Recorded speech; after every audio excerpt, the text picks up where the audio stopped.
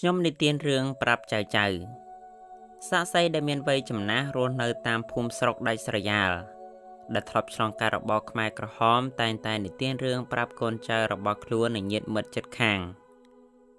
យាយកឹមមិនអាយុ75ឆ្នាំរស់នៅភូមិកំពង់ក្ដីឃុំកំពង់ចិនត្បូងស្រុកស្ទងខេត្តកំពង់ធំបានរៀបរាប់ប្រាប់ខ្ញុំអំពីខ្សែជីវិតរបស់យាយដែលធ្លាប់ឆ្លងកាត់ជាច្រើនជំនាន់មកថាខ្ញុំមិនមែនអ្នកស្រុកស្ទងទេខ្ញុំរត់ចោលស្រុកកំណើតមកនៅស្រុកស្ទងនេះដោយសារតែអ៊ីសារ៉ាតាមចាប់ខ្ញុំមកនៅស្រុកនេះក្បាលមួយគ្មានបងប្អូនមាមីងទេរស់នៅតាំងពីបាតដៃទទេរកស៊ីសន្សំរហូតដល់មានផ្ទះធំមានដីស្រែមានគោក្របីប៉ុន្តែប៉ុលពតធ្វើឲ្យខ្ញុំរលាកអស់ដល់ពេលខ្លួនចាស់អញ្ចេះហើយគ្មានបងប្អូននៅជិតទៀតយាយមិនមានស្រុកកំណើតនៅភូមិជើងអកឃុំរំហាយស្រុកអង្គស្នួលខេត្តកណ្ដាលយាយកើតនៅឆ្នាំរោងត្រូវនៅឆ្នាំ1928នៅក្នុងគ្រួសារមួយដែលមានបងប្អូន8នាក់ប្រុស4នាក់ស្រី4នាក់យាយគឺជាកូនទី4ឪពុករបស់យាយឈ្មោះញូងកឹមជាអតីតជំទប់លេខ1នៅក្នុងស្រុកអង្គស្នួលម្ដាយរបស់យាយឈ្មោះកៅបិលដែលស្លាប់តាំងពីយាយមានអាយុ17ឆ្នាំឪពុកម្ដាយរបស់យាយមានផ្ទះក្បឿងមួយខ្នងមានដីស្រែ6ហិកតាដែលផ្ដល់ផលស្រូវក្នុងមួយឆ្នាំប្រមាណ200ថាំងមានដីចម្ការ13ហិកតាដើមត្នោតប្រហែល500ដើមនិងមានគោប្រមាណ40ក្បាលយាយប្រាប់ថាក្រុមគ្រួសាររបស់យាយមិនដែលខ្វះខាតស្បៀងអាហារឡើយមានតែហូបមិនអស់សល់ចែកបងប្អូនញាតិសន្តានទៀតផងប្រហែលក្នុងឆ្នាំ1950នៅពេលយាយអាយុ22ឆ្នាំបងប្រុសទី3របស់យាយឈ្មោះកឹមស៊ីនត្រូវកងទ័ពអ៊ីសារ៉ាសម្លាប់ចោលដោយចោទថាចូលខាងបារាំងយាយបានដឹងថាពេលនោះបងរបស់យាយទៅនឹងលាចាកសិក្ខាបទហើយក្មួយម្នាក់ដែលធ្វើជាស្មៀនរាជការនៅទីក្រុងភ្នំពេញហៅគាត់ឲ្យចូលធ្វើការជាមួយខាងក្រុមអ៊ីសារ៉ាបានដឹងរឿងនេះក៏ចោទថាបងប្រុសរបស់យាយចូលខាងបារាំងជាមនុស្សក្បាល2ហើយក៏ចាប់គាត់យកទៅសម្លាប់យាយរៀបរាប់ថាពេលដែលកងទ័ពអ៊ីសារ៉ាមកចាប់បងខ្ញុំអត់នៅផ្ទះខ្ញុំរវល់ទៅឃ្វាលគោប្អូនស្រីខ្ញុំរត់ទៅប្រាប់ខ្ញុំថាអ៊ីសារ៉ាចាប់បងយកទៅបាត់ហើយខ្ញុំរត់តាមរកបងខ្ញុំគ្រប់ទិសទីសួរនៅស្រុកហូហែឃើញអ៊ីសារ៉ានាំបងខ្ញុំទៅតាមផ្លូវណាខ្ញុំវិចលុយមួយថ្នាក់នៅជីក្រមាគិតថាបើជួបគេនៅត្រង់ណានឹងសុំទិញជីវិតបងមកវិញខ្ញុំដើររកបង6ទៅ7ថ្ងៃរកអត់ឃើញថ្ងៃមួយខ្ញុំរកឃើញកន្លែងអ៊ីសារ៉ាក៏សុំចូលជួបបងខ្ញុំទៅសុំគេចង្អុលបន្តពីម្នាក់ទៅម្នាក់តម្រាំគេអនុញ្ញាតឲ្យខ្ញុំចូលមើលបងពេលខ្ញុំចូលទៅឃើញបងនៅក្នុងទ្រុងខ្ញុំស្ទើរតែរលួយថ្លាមប្រមាថអស់ហើយបងខ្ញុំត្រូវគេដាក់ខ្នោតដៃជើងជាប់ទាំងអស់គាត់ឃើញខ្ញុំគាត់យំអង្វរខ្ញុំថាអូនអើយអូនបើអូនឯងជួយបងឲ្យរស់មួយពេលនេះដល់ទៅវិញបងនឹងបួសសងគុណអូនឯងមួយជីវិត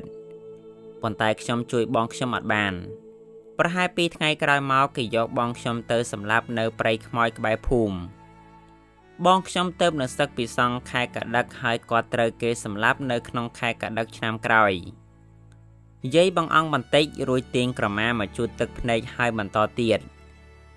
គេសម្លាប់បងខ្ញុំពីក្បាលប្រលប់ដល់សម្លាប់ហើយគេប្រើមនុស្សមកប្រាប់ឲ្យទៅយកខ្មោចកប់ព្រលឹមឡើងបងប្អូនមាមីងខ្ញុំនាំគ្នាដើររកខ្មោចបងប្រុសខ្ញុំឃើញដីស្ដុកស្ដឹងនៅលើដីកងទ័ពអ៊ីសារ៉ាកាប់ដាច់កនៅជាប់ស្បែកតែបន្តិច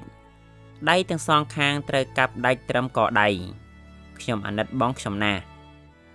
បន្ទាប់ពីសម្លាប់កឹមស៊ីនកងទ័ពអ៊ីសារ៉ាបានហៅយាយកឹមមិនឲ្យទៅផ្តិតមេដៃសន្យាថានឹងមិនប្តឹងរាជការឡើយបើហ៊ានប្តឹងនឹងត្រូវស្លាប់ម្នាក់ទៀតក្រោយមករាជការដឹងរឿងនេះក៏ចេញដីកាកោះហៅឪពុករបស់យាយឲ្យទៅផ្ដល់ចម្លើយនៅសាលាដំបងប៉ុន្តែឪពុករបស់យាយមិនទៅបង្ហាញខ្លួនព្រោះខ្លាចការគំរាមកំហែងរបស់កងទ័ពអ៊ីសារ៉ាតុលាការចេញដីកាកោះហៅម្ដងហើយម្ដងទៀតឪពុកយាយនៅតែមិនទៅបង្ហាញខ្លួនដោយហេតុដូច្នេះតុលាការក៏ចេញលិខិតមួយច្បាប់ព្រមានថាបើខាងក្រុមគ្រួសាររបស់យាយមិនមកផ្ដល់ចម្លើយទេនឹងត្រូវមានទោសយាយមិនក៏ចេញមុខជំនួសឪពុកទៅផ្ដល់ចម្លើយនៅសាលាដំបងក្នុងទីក្រុងភ្នំពេញដំណឹងនេះក៏លេចលឺដល់កងទ័ពអ៊ីសារ៉ា កងទ័ពឥស្សរៈក៏តាមរកចាប់ខ្លួនយីមិនបងប្រុសជីដូនមួយម្នាក់របស់គាត់ដឹងរឿងនេះក៏មកប្រាប់យាយមិនឲ្យភៀសខ្លួនចេញជាបន្ទាន់ដោយសារឪពុករបស់យាយមានបងប្អូនមកប្រកបរបរឡើងត្នោតនៅស្រុកស្ទងខេត្តកំពង់ធំយាយមិនក៏ភៀសខ្លួនមករស់នៅទីនេះយាយមិនយំបណ្ដើររៀបរាប់បណ្ដើរទៀតថាពេលខ្ញុំចេញពីផ្ទះខ្ញុំយកខោអាវតែមួយបន្លាស់ប៉ុណ្ណោះខ្ញុំយកប្រាក់តែ500រៀលហើយមានទំហូរមួយគូជាប់នឹងត្រចៀកនិងចិញ្ចៀនមួយវង់ដែលពាក់ជាប់នឹងដៃមិនដែលដោះប្រាក់ការដែលខ្ញុំរកបានទាំងប៉ុន្មាននឹងគេអាកររបស់ម្ដាយខ្ញុំទុកជូនឪពុកខ្ញុំទាំងអស់ឲ្យគាត់ចិញ្ចឹមប្អូនម្យ៉ាងអាណិតឪពុកដែលមិនធ្លាប់បែកគ្នាខ្ញុំថ្វាយបង្គំលាឪពុកចេញមកទឹកភ្នែកឪពុកហូរចូលក្បាលខ្ញុំធ្វើដំណើរតែម្នាក់ឯងចោលស្រុកកំណើតមករស់នៅស្រុកគេតាំងពីចាក់ចេញពីស្រុកកំណើតយាយមិនហ៊ានត្រឡប់ទៅវិញទេរហូតដល់មានកូន2នាក់ទើបគាត់ហ៊ានទៅលេងស្រុកកំណើតព្រោះតែពេលនោះប្រទេសកម្ពុជាបានទទួលឯករាជ្យពីអាណានិគមបារាំងហើយចលនាខ្មែរឥស្សរៈក៏ស្កប់ស្ងាត់វិញប៉ុន្តែនៅពេលនោះឪពុករបស់យាយបានទទួលអនិច្ចកម្មទៅហើយមកដល់ស្រុកស្ទងខេត្តកំពង់ធំយាយមិនបានសុំស្នាក់នៅផ្ទះរបស់ស្ត្រីម្នាក់ឈ្មោះផិននៅភូមិកំពង់ក្ដីឃុំកំពង់ចិនត្បូងផិនស្រឡាញ់យាយមិនដូចជាកូនបង្កើតរបស់គាត់មិនតែប៉ុណ្ណោះចាស់ទុំនៅក្នុងភូមិក៏ស្រឡាញ់ពេញចិត្តយាយមិនហើយក៏ចាត់ចែងឲ្យគាត់មានប្តីជាអ្នកស្រុកស្ទងយាយមិនបានរៀបការក្នុងអាយុ24ឆ្នាំតាមការទុកដាក់របស់ចាស់ទុំប្តីរបស់យាយឈ្មោះព្រំញ៉ែមកើតឆ្នាំរោងដែរប៉ុន្តែមានអាយុចាស់ជាងយាយ24ឆ្នាំនៅពេលដែលខ្ញុំសួរយាយថាហេតុអ្វីក៏យាយព្រមរៀបការជាមួយបុរសដែលមានអាយុចាស់ជាងយាយច្រើនយ៉ាងនេះយាយរៀបរាប់ថាកាលពីចំនួនមុនរឿងរៀបការគឺចាស់ជាអ្នករៀបចំទុកដាក់ឲ្យបើចាស់ថាឲ្យរៀបការជាមួយអ្នកណាគឺមិនដែលហ៊ានប្រកែកទេអញ្ចឹងហើយបានជាមានពាក្យថាទោះជាឲ្យឆ្កែឲ្យឆ្មាក៏យកដែរប្តីរបស់យាយធ្វើការងារស្រែចម្ការនិងទៅវត្តសំសិលចំណែកយាយនៅផ្ទះដាំបន្លែបង្ការនិងចិញ្ចឹមសត្វយាយសន្សំប្រាក់កម្រៃដែលបានពីការលក់សត្វចិញ្ចឹមរហូតទិញបានដីធំទូលាយសង់ផ្ទះប៉ិតមួយខ្នងទិញដីស្រែជាច្រើនហិកតានិងទិញគោជាច្រើនក្បាលទុកសម្រាប់ចែកកូនចៅទៅថ្ងៃអនាគតក្រោយពេលរៀបការបាន1ឆ្នាំយាយមានកូនប្រុសម្នាក់ពេលនោះយាយចេះវិជ្ជាឆ្មបនៅពេលដែលកូនច្បងមានអាយុ10ឆ្នាំក្រុមមេព្រៃដែលបោះទីតាំងនៅក្នុងភូមិរបស់យាយបានបើកបង្រៀនអក្ខរកម្មដល់ប្រជាជនយាយក៏រៀនអក្ខរកម្មរហូតដល់ចេះអក្សរហើយក៏អានសៀវភៅពេទ្យបន្ថែមទៀតក្រោយមកយាយបានប្រឡងជាប់សញ្ញាបត្រពេទ្យឆ្មបនៅទីរួមខេត្តកំពង់ធំយាយមិនមានកូន4នាក់ប្រុស3នាក់និងស្រី1នាក់ឆ្នាំ1968ប្តីរបស់យាយបានទទួលអនិច្ចកម្មដោយជរាពាធឆ្នាំ1971កូនប្រុសច្បងរបស់យាយដែលមានអាយុ20ឆ្នាំទើបនឹងលាចាកសិក្ខាបទក៏ស្ម័គ្រចិត្តចូលបម្រើក្នុងជួរកងទ័ពបដិវត្តន៍ខ្មែរក្រហមយាយនិយាយថាការនឹងខាងគណៈស្រុកគណៈសង្កាត់មកហៅទៅគេថាទៅធ្វើការនៅកន្លែងគេល្អធ្វើកងទ័ពចេះវាយពួកខ្មាំងកូនខ្ញុំនៅក្មេងឈាមរាវជ្រួយជ្រើមវាឃើញកំភ្លើងវាចូលចិត្តចង់បានក៏ចូលកងទ័ពនឹងគេទៅប៉ុន្តែទោះអ្នកណាចង់គេចមិនទៅធ្វើកងទ័ពក៏អត់បានដែរផ្ទះណាមានកូនក្រមុំកំឡោះនៅអត់បានទេគេមកតាមហៅតាមដេញទៅទាំងអស់បើមិនចូលកងទ័ពក៏ចូលក្នុងកងចល័តដែរក្នុងភូមិសល់តែមនុស្សចាស់និងក្មេងតូចតែប៉ុណ្ណោះឆ្នាំ1973កូនប្រុសរបស់យាយបានឈៀងចូលលេងផ្ទះម្ដងក្នុងគណៈពេលដែលអង្គភាពរបស់ខ្លួនធ្វើដំណើរកាត់តាមភូមិកំណើតយាយនិយាយថាកូនខ្ញុំមកលេងផ្ទះមិនយូរទេគ្រាន់តែមកថ្វាយបង្គំម៉ែសួរសុខទុក្ខម៉ែតែ2 3ម៉ាត់ក៏លាទៅវិញរត់ទៅមុខបណ្ដើរងាកក្រោយលើកដៃសំពះលាម៉ែបណ្ដើររហូតតតែកំបាំងនឹងព្រៃខ្ញុំបានជួបកូនតែម្ដងនឹងហើយក៏បាត់ដំណឹងរហូតបើកូនខ្ញុំនៅរស់ដល់ឥឡូវវាមានអាយុ49ឆ្នាំហើយកូនប្រុសច្បងរបស់យាយឈ្មោះព្រំជេងឈ្មោះបដិវត្តផាញឆ្នាំ1974ខ្មែរក្រហមបានជម្លៀសក្រុមគ្រួសាររបស់យាយនិងប្រជាជនទាំងអស់នៅទីប្រជុំជនស្ទងឲ្យទៅរស់នៅក្នុងព្រៃមួយឈ្មោះភូមិតាពេជ្រការជម្លៀសប្រព្រឹត្តទៅនៅពេលយប់យាយបរទេះគោដឹកស្បៀងអាហារសម្លៀកបំពាក់មុងភួយចានឆ្នាំង ចំណែកកូនទាំង3នាក់របស់យាយរែកផងទូលផងដឹកគោជាច្រើនក្បាលផងយាយបានយកគោរបស់ខ្លួនដែលមានមាឌធំទៅដូរយកគោមាឌតូចល្មមដែលអាចឲ្យកូនដឹកនិងបញ្ជាវាបាននៅភូមិតាពេជ្របានមួយរយៈខ្មែរក្រហមជំលះឲ្យមកនៅព្រៃកប់រស់វិញអំឡុងពេលរស់នៅព្រៃកប់រស់កូនស្រីរបស់យាយឈ្មោះព្រំសំអានឈ្មោះបដិវត្តព្រំសំអេនក៏ចូលក្នុងកងចល័តទៅធ្វើការនៅការដ្ឋានឆ្ងាយរយៈពេល10ថ្ងៃឬកន្លះខែទើបឃើញមកជួបក្រុមគ្រួសារម្ដងបន្ទាប់ពីបានទទួលជ័យជំនះលើរបបសាធារណរដ្ឋទូទាំងប្រទេសនៅថ្ងៃ17ខែមេសាឆ្នាំ1975អង្គការខ្មែរក្រហមក៏បញ្ជូនសំអានទៅកាត់ដេរនៅភ្នំពេញហើយយីមិនក៏បាត់ដំណឹងកូនស្រីតាំងពីពេលនោះមកនៅឆ្នាំ1988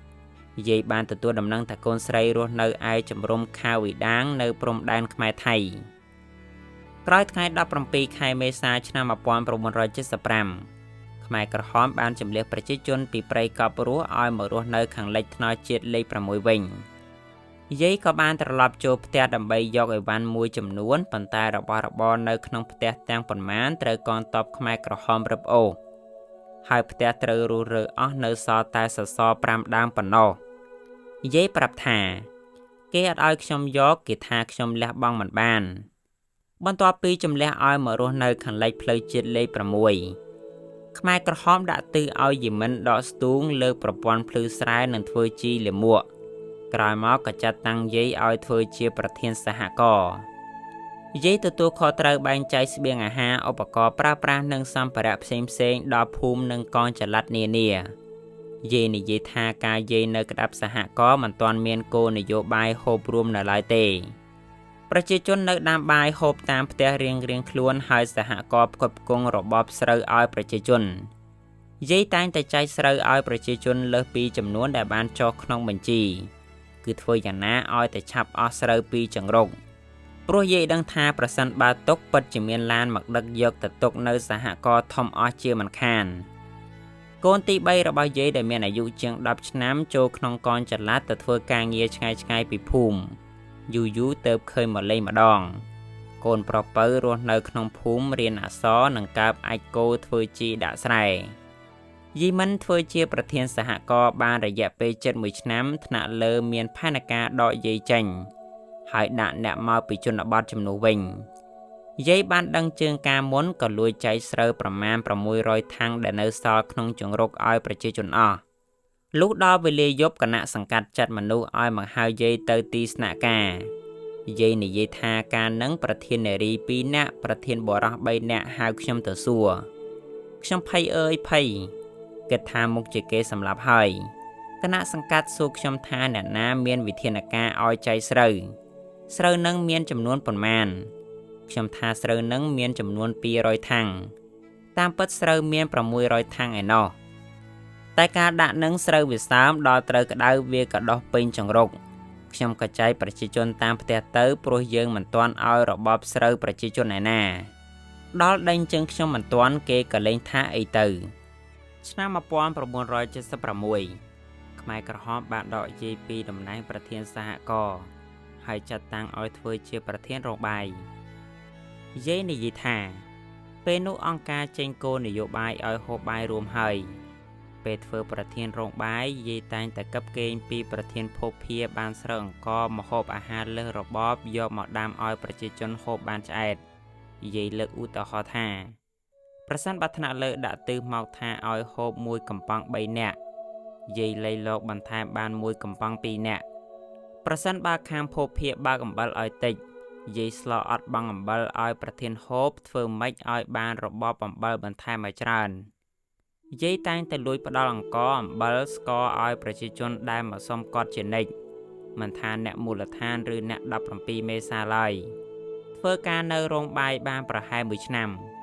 អង្គការដកយាយទៅធ្វើប្រធានក្រុមនារីសង្គ្រោះយាយនិយាយថាក្រុមឆ្មបរបស់យាយមានតែឧបករណ៍កាត់ផ្ចិតប៉ុណ្ណោះ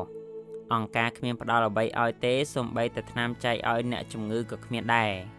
អ្នកជំងឺត្រូវរកថ្នាំដើមឈើសម្បកឈើដាំទឹកហូបដោយខ្លួនឯងយីមិនបានដឹងថាតាំងពីឆ្នាំ1976 ខ្មែរក្រហមសម្រាប់ប្រជាជនជាបណ្ដាមកដល់ឆ្នាំ1977ខ្មែរក្រហមកាត់បន្ថយរបបអាហារប្រជាជនឲ្យកាន់តែតិចទៅនិងអនុវត្តការកាប់សម្លាប់រង្គាលកាន់តែខ្លាំងក្លានៅក្នុងសហគមន៍ដែលយាយរស់នៅ